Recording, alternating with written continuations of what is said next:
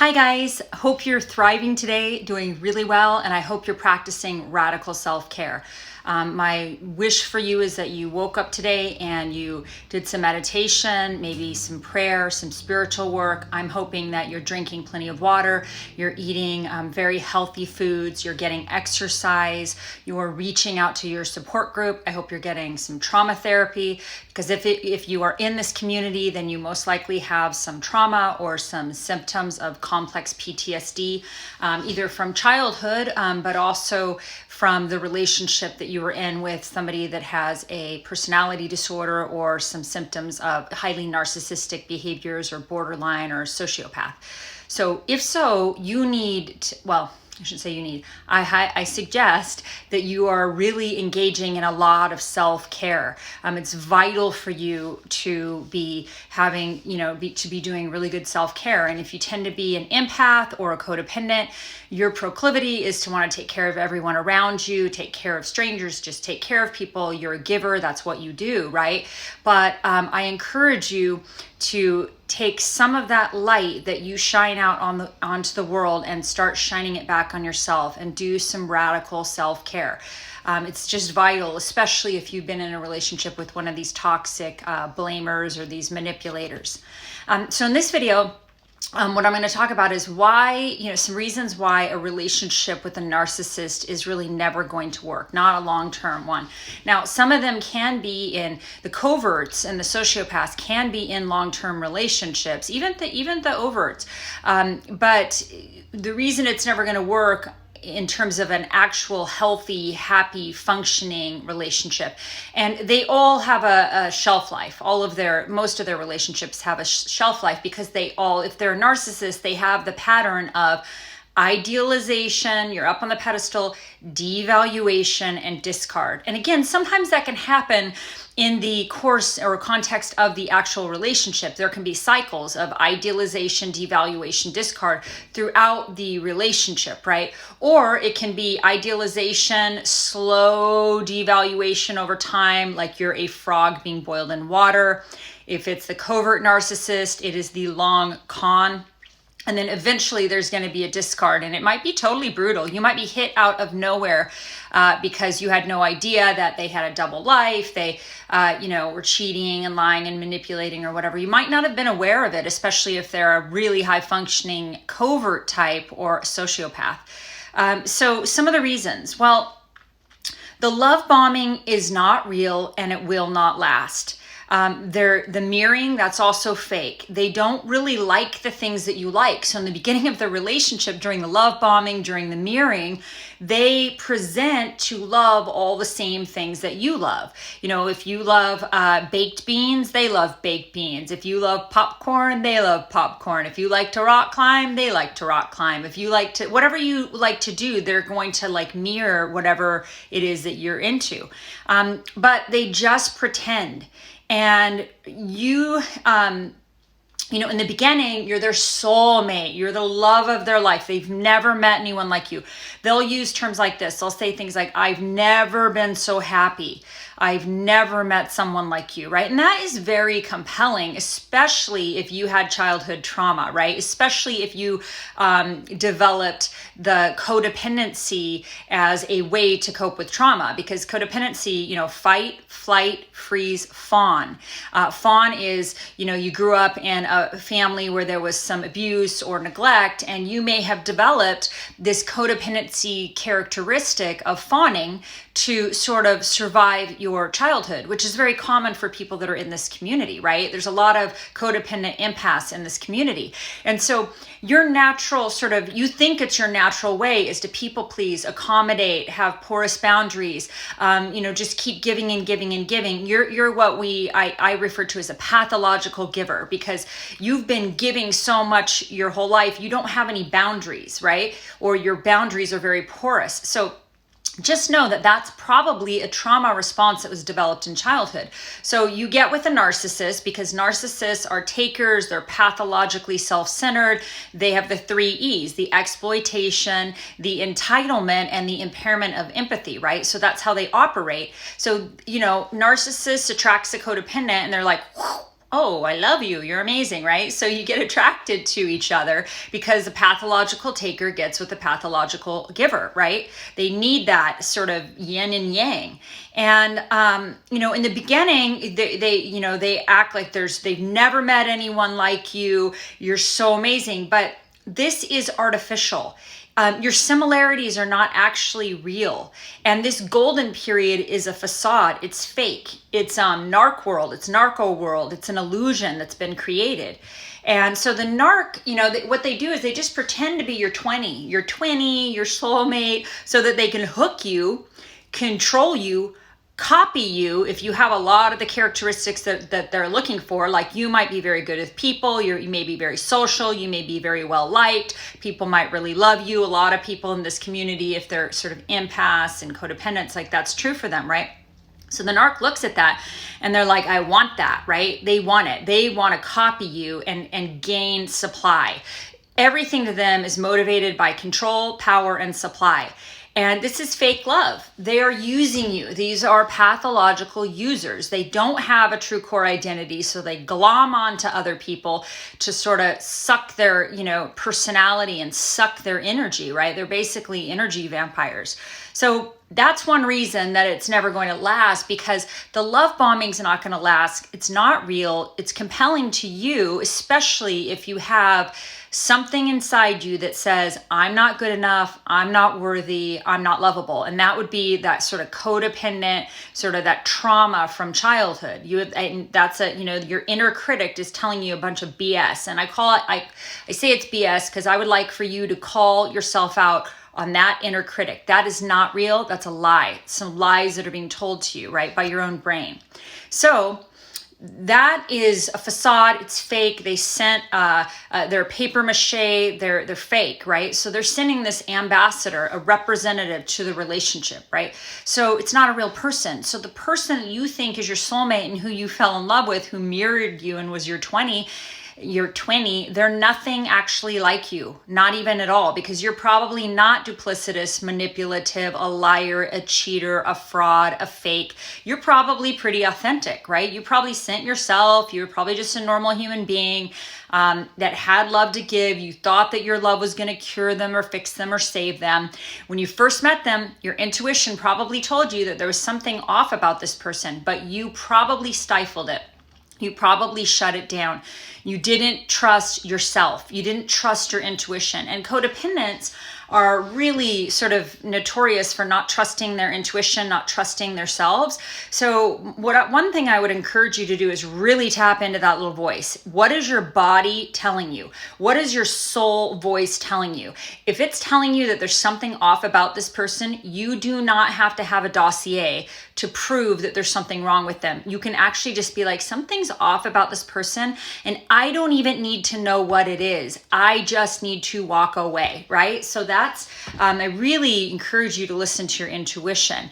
And so then the second reason it's not ever going to work with a narcissist is no matter what you do to please them, they are insatiable. They're a black hole. They're going to set this bar impossibly high, and once you achieve it, they're going to move the bar, right? It's a moving target. They're never going to be pleased no matter what you do. They're never going to be satisfied or happy because they don't have that inner happiness, that inner satisfaction. And what may happen is if you get into relationship with them, your boundaries might keep getting pushed so that your integrity and boundaries are getting eroded, right? And they, you might keep, if you're codependent, you might just you give and you give and you give and you keep giving, right? And that's just not healthy. So no matter how much you give of love, energy, time, consideration, it is never going to be enough for these people because, again, they're vampires. They're insatiable. They need to feed, and they always need multiple sources of supply. They are not driven by love like normal people. They're driven by supply, power, adulation. They want to be admired. It's not love. They don't really even know what that is. They're more interested in being admired and worshiped and, to have the minions, the lesser beings, because remember, they also have that incredible superiority. So all the other 7 billion people on the planet are less than them, right? They're superior, you're inferior, right? So they want their minions and their sycophants to properly worship them. So no matter how great you are, it doesn't matter. You're never going to please the narcissist because they are not pleasable. There's no way that they'll never be pleased because they have an internal condition of profound unhappiness. So it doesn't matter what the world gives them. It's never enough because they also have that incredible entitlement. They feel entitled to ideal love, grandiose, fantasies of wealth and power, or whatever it is that they feel that they're entitled to. They're very entitled. So it doesn't matter, what you give them. They feel like you're just lucky that you get to be their dish rag. You're just lucky that you get to share the airspace with them and that you get to cook for them and clean for them and do all the grocery shopping or pay all the bills or get 3 jobs to support them. It doesn't matter. Like, they're so entitled that they feel like you're lucky to just breathe the airspace that they're breathing, right? Sorry. They're very entitled. And they have the empathy impairment. So they have this weird impairment of their empathy. They're not able to have emotional empathy with other human beings, right? So they have an empathy impairment. They're very entitled and they are exploitative, right? So they're going to exploit you. And if you are a pathological giver, be prepared to be exploited until the ends of the earth. And if you don't know when to stop giving, you could give and give and give so to the point where you're so depleted that you're like crawling across the floor. So I really encourage you to get up and stop crawling and stop trying to win this person's approval. It's ridiculous. It's an unattainable goal. And who made the narcissist the arbiter of your approval or how you feel about yourself? Like, my suggestion is start looking at yourself and be like, I don't need that dude or that woman to tell me how to feel about me. It's not their job. And obviously they are ill-equipped to do so, right? So it's never going to work. You seeking their approval, like, give me the crumbs. It's never going to work.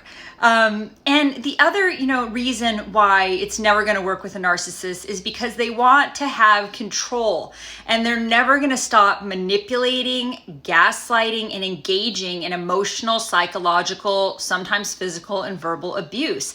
Their impetus in all their relationships is about control. They want to control the narrative. They want to control what you do. They want to control how you see them. That's very important to them, that they control how you see them and how the world sees them. So it's all about maintaining this facade of perfection, right?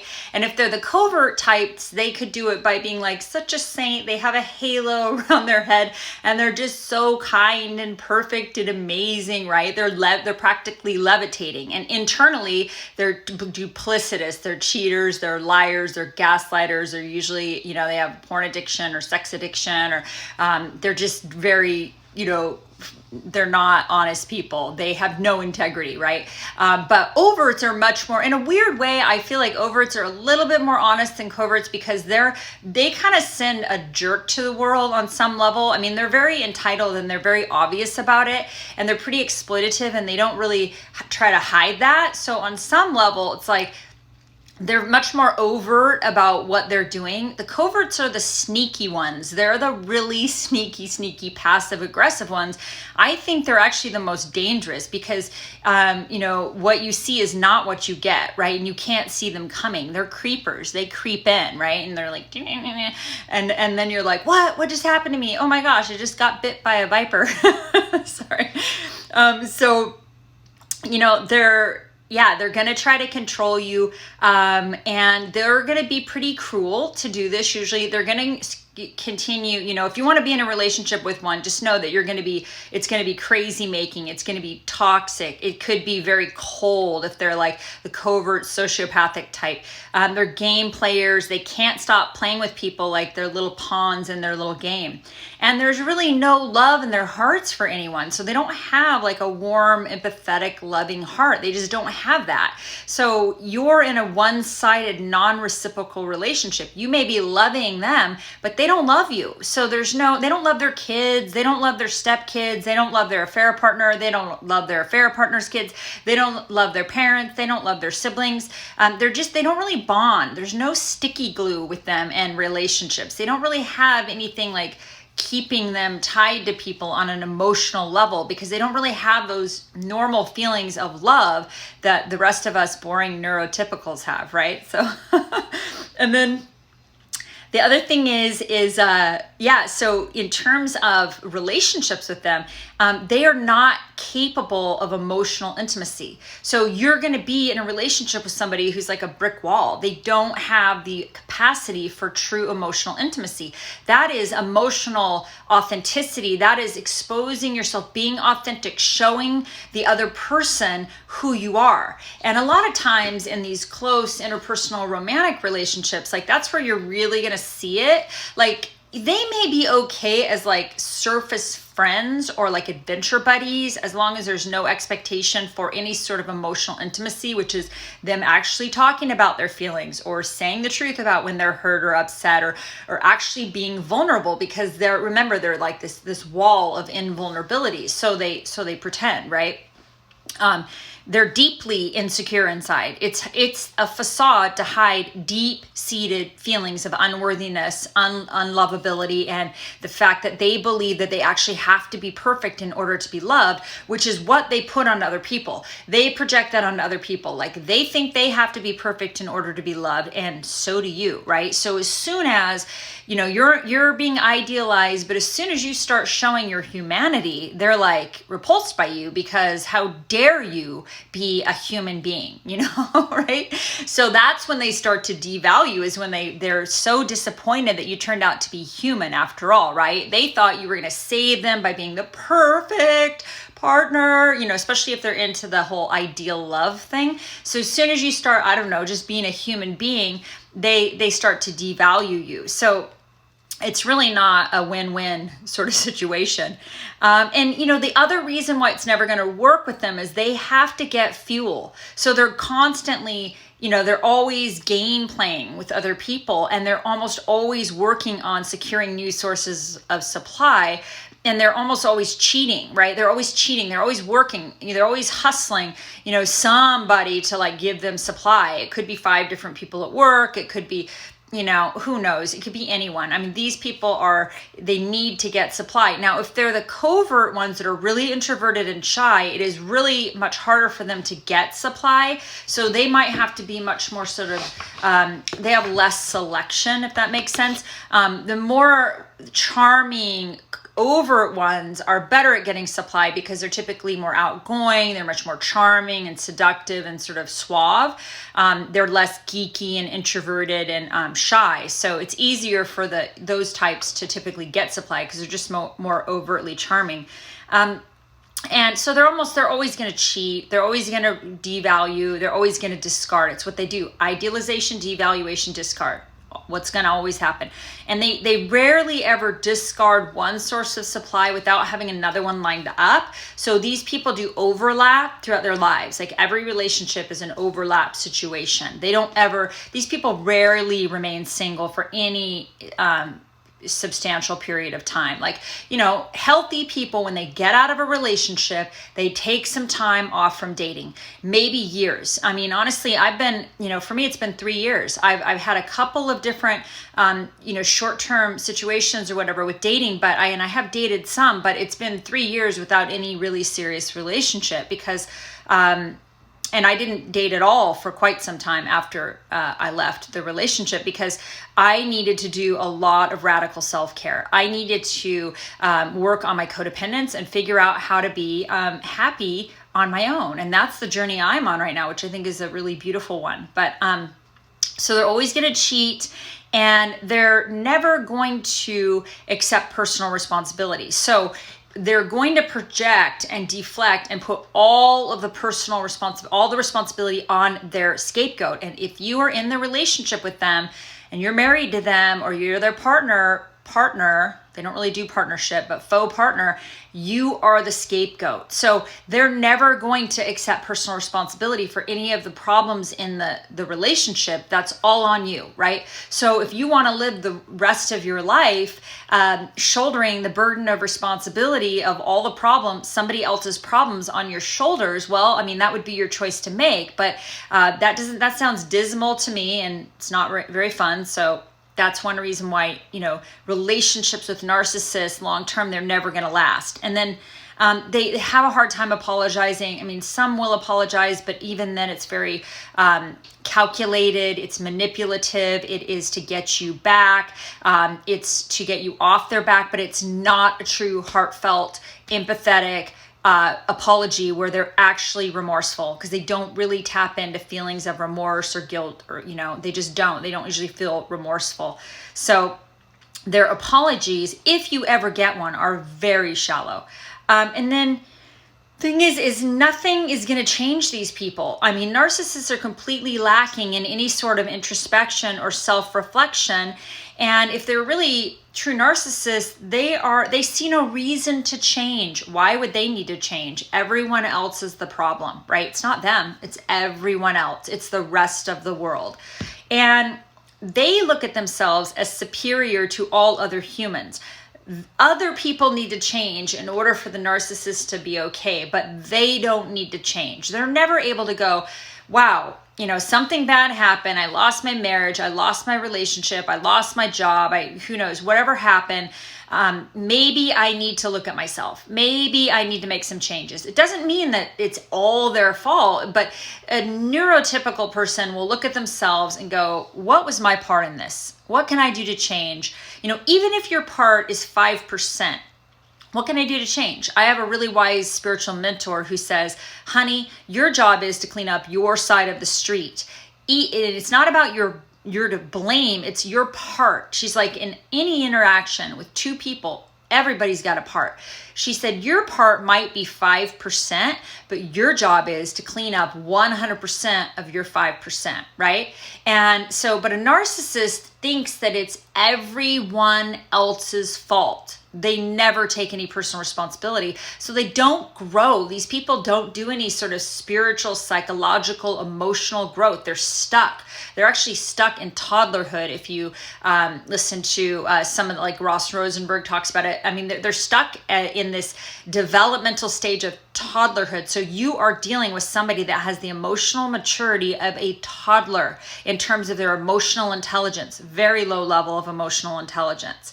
And so yeah, they're not going to change. They're superior. And, the thing is, one reason they're not going to change is because for them, change is a threat to their ego. That would be suggesting that there's something wrong with them that needs to be fixed. Most of us know that it's not that big of a deal if we have something wrong with us. It's okay. We all have character defects. We all have flaws that we're actively like trying to work on and get better at. And normal people, if you ask them, hey, is there some stuff you're trying to work on about yourself? And they could be like, yeah, I'm really trying to work on my lack of patience. I'm trying to work on being better with paperwork. These are some of mine. I'm trying to work on, being less gossipy. I'm trying to work on being more consistent with my friendships. I'm trying to work on, some of my own insecurities, some of my own jealousies. I'm working on a lot of these things, right? So a neurotypical or a empath or a codependent, like they're going to be able to tell you, yeah, there's some stuff I'm working on about myself that I don't really like and I want to change, and I'm actively doing these things to change it, right?